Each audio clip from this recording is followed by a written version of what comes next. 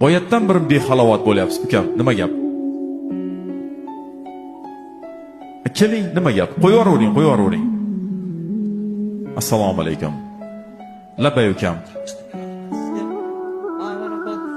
Qimmatli vaqtlaringlarni olib qo'yganim uchun bitta xat bor edi, Shunaqami?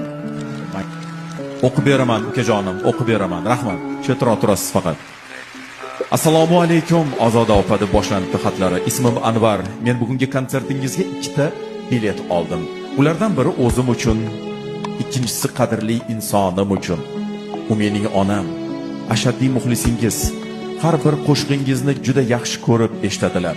Sizning so'zlaringizda o'z dardlarini, o'z yoshliklarini topadilar. Eng go'zal orzulardan biri Ozodaning konsertiga tushish deb tez-tez takrorlaydilar. Har gal konsertingiz afishasi e'lon qilinsa, menga Telegramdan uning rasmini jo'natadilar. Bir kuni axir Ozodani konsertiga borarman, o'z ko'zim bilan ko'rarman. O'z quloqlarim bilan qo'shiqlarini zaldan eshitarman deydilar. Ozoda opa, men shu yoshimgacha musofirchilikda yurdim, og'ir mehnat qildim. Endi shukr, vatandoshlarim orasidaman, vatanimga qaytdim. Uncha-muncha pul ham jamg'ardim.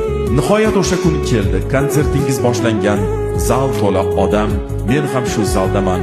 Onajonim istaganidek sahnada siz kuylayapsiz. Hamma shu yerda.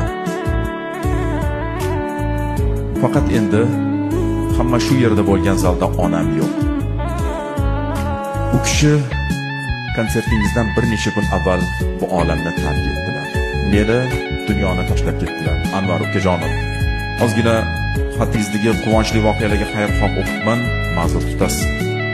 Avvalo Alloh sabr bersin.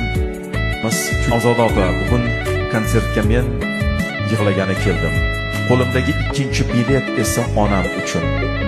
Ularning o'rinlari bo'sh turibdi. Ana ko'ring. Konsertingizga qalban onam bilan birga kirdim. Onam jisman shu yerda bo'lmasa ham, ruhan shu yerda. Opajon, sizdan iltimos, onasi yo'qlar uchun ham qo'shiq kuylang. Mening onam uchun qo'shiq kuylang. Anvar, ma'zur tutasiz. Bu